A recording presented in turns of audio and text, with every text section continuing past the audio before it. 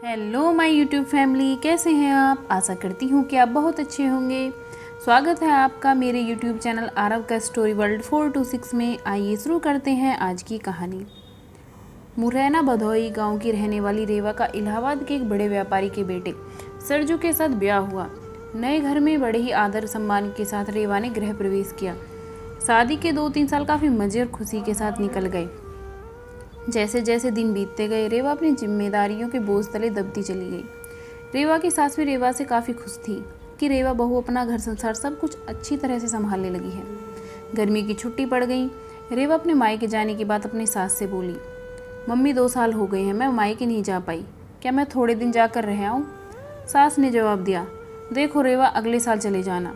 रेवा यह सुनकर काफ़ी नाराज और दुखी होकर सोचने लगी कि जब चंचल दीदी हर 3 महीने पर घर आती हैं तो मम्मी काफ़ी खुश होती है और कहती है कि कितने दिन के बाद आई हो, और मुझे 2 साल हो गए, मेरे बारे में कोई कुछ सोचता ही नहीं है। मेरी खुशी किसी के लिए कोई मायने ही नहीं रखती है।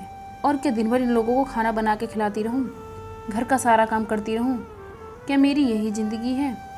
और रेवा कमरे में आंसू की धारा समेटे दाखिल हुई। शाम को चंचल दीदी आने वाली हैं, देखना मम्मी कितना खुश होती हैं। खाने के अलग अलग फरमाइशों की झड़ी लगी रहेगी कि कभी चंचल दीदी के लिए समोसा बना दो, कभी पालक पनीर, तो कभी बिरयानी। मैं इतना क्यों सोच रही हूँ, खाना तो मुझे ही बनाना है, तो चलूँ किचन में, अभी से तैयारी में लग जाऊँ। यह सोच ही रही थी कि तभी सास ने आवाज़ दी, रेवा जल्दी नीचे आओ, देखो चंचल आई है। रेवा अपने चेहरे पर मुस्कान लिए अपने दुख को अंदर एक कोने में दबाए अपनी ननद का स्वागत करती है। कैसी हो भाभी, चंचल रेवा से बोली। अच्छी हूँ दीदी, और घर में सब कैसे हैं। अच्छे हैं, चंचल ने कहा। अच्छा, हमारे जीजा जी कैसे हैं। चंचल शर्माते हुए कहती है, वह भी अच्छे हैं भाभी। अच्छा दीदी आप बैठो, मैं नाश्ता बना कर लाती हूँ। नहीं नहीं भाभी, कुछ मत बनाओ, मैं अभी घर से नाश्ता करके आई हूँ, और भाभी केवल 2-3 घंटे ही रहूँगी, क्योंकि सास की तबीयत ठीक नहीं है। आपके जीजा जी उन्हें लखनऊ दिखाने गए हैं, तो वो बोले तुम अकेली यहाँ क्या करोगी, एक काम करो, तुम अपने मायके जाकर सबसे मिलकर चली आओ। सो मैं आ गई। मुस्कुराते हुए चंचल ने जवाब दिया, अच्छा दीदी रुको, मैं खाना बना लेती हूँ, आप खा भी लीजिएगा, और जीजा जी और आपकी सास के लिए खाना भी बांध कर दे दूँगी। अरे भाभी मेरे साथ बैठो, बात करो, शाम तक मैं चली जाऊँगी, खाना तो बनता ही रहेगा। तभी रेवा की सास ने रेवा से कहा, तुम एक काम करो, चंचल के साथ बैठो, बातें करो, मैं कुछ बनाती हूँ। जी नहीं मम्मी जी, मैं बनाती हूँ, आप दीदी से बात कीजिए। तभी चंचल ने कहा, कोई बात नहीं, आप खाना बनाओ और मैं आपसे बात करूँगी, थोड़ी मदद हो जाएगी, यह ठीक रहेगा क्यों माँ। रेवा की सास बोली, ये भी सही है। रेवा और चंचल किचन में प्रवेश करती हैं और काफ़ी देर तक हंसी मजाक करते करते खाना भी तैयार हो जाता है। चंचल खाना खाने के बाद शाम को अपने घर चली जाती है। रसोई को समेट कर रात को अपने कमरे में रेवा गई तो सरजू ने कहा कि रेवा तुम काफ़ी थक गई हो, आराम कर लो। हाँ मुझे आराम कहाँ है, तुम्हारी तो माँ बस यही चाहती है कि मैं अपने मायके न जाऊँ। चंचल दीदी 1 घंटे के लिए आती है, लेकिन मिलकर तो जाती हैं, उसमें क्या, तुम भी चली जाओ रेवा, सरजू ने कहा। और देखो रेवा, दीदी भी कहाँ आ पाती हैं। जब शरद जीजा जी अपनी माँ को लखनऊ डॉक्टर के पास दिखाने ले जाते हैं तभी मिलने आती हैं, तो इसका मतलब यह है मैं कभी नहीं जा सकती अपने मायके।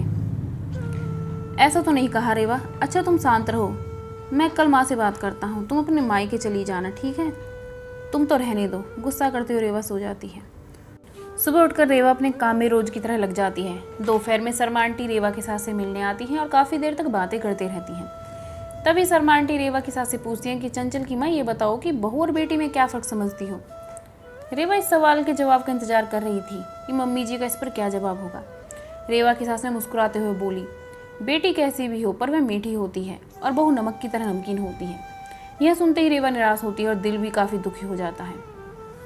शर्मा आंटी चली जाती है। काफ़ी देर तक रेवा यह सोचती है कि मैंने मम्मी जी के साथ क्या बुरा किया है, मम्मी मेरे बारे में ऐसा क्यों सोचती हैं, और वह अब घर में निराश रहने लगती है। निराश रेवा को देखकर एक दिन रेवा की सास ने पूछा, रेवा यहाँ आओ, तुमसे किसी ने कुछ कहा है क्या, ये सरजू ने कुछ बोला है क्या। कुछ नहीं मम्मी जी, रेवा की आवाज़ में दर्द था। रेवा की सास ने अपने पास बिठाकर पूछा, नहीं तुम बताओ रेवा क्या हुआ है। रेवा की आंखों में आंसू भर आए और रेवा ने सास को सारी बात बता दी कि कैसे शर्मा आंटी से आप बेटी और बहू में फ़र्क बता रही थी। ओह, तो यह सुनकर तुम नाराज़ हो गई, बस इतनी सी बात। अरे रेवा, मैंने कहा बेटी मीठी होती है, चाहे कितनी भी गलती करे, उसकी गलती नज़र ही नहीं आती है और वह गुड़ की तरह मुंह में घुल जाती है। और खाने में अगर मीठा ना हो तो कोई फ़र्क नहीं पड़ता है। और बहू नमक के समान है, इसलिए क्योंकि खाने में अगर नमक ना हो तो खाना बेस्वाद होता है। खाने में नमक मिलने पर हम जो खाना खाते हैं उसी समय नमक के हम कर्जदार बन जाते हैं। ठीक उसी तरह तुम मेरे लिए वही नमक हो। मैं अपने स्वार्थ के लिए तुम्हें कहीं नहीं जाने देती हूँ, क्योंकि तुम्हारे न रहने पर घर सूना सूना सा लगता है। तुम इस घर को संभालती हो, इसलिए हम तुम्हारे कर्जदार हैं। रेवा सारी बात समझ जाती है और अपनी सास के गले से लिपट कर रोने लगती है।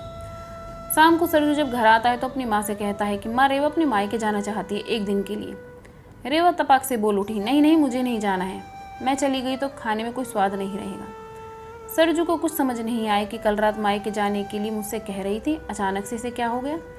सरजू सोचने लगा कि इन औरतों को समझना मर्दों के बस से परे है।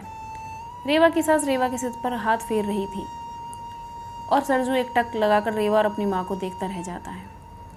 अगर आपको ये वीडियो पसंद आई है तो वीडियो को लाइक कीजिए और शेयर कीजिए। अगर आप मेरे चैनल पर नए हैं तो मेरे चैनल को सब्सक्राइब कीजिए। Thanks for watching.